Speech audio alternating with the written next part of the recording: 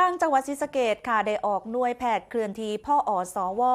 พร้อมบริการจังหวัดเคลื่อนที่อำเภอผู้สิงห์ค่ะบรรยากาศที่วิทยาลัยเทคโนโลยีหลวงปู่สวงวัดไพร่พัฒนาอำเภอภูสิงห์จังหวัดศรีสะเกษนายสุริยาบุตรจินดา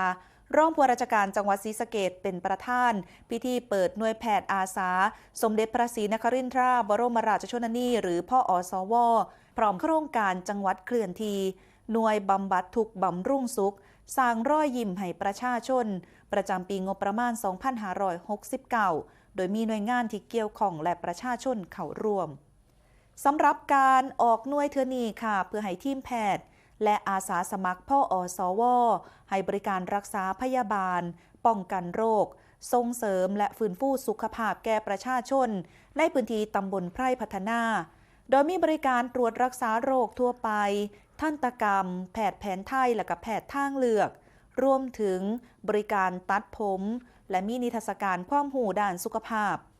ขณะเดียวกันค่ะหน่วยงานภาครัฐและภาคีเครือข่ายยังได้นำภารกิจและบริการต่างๆมาพบปะพ่อแม่พี่น้องฮอดพื้นที่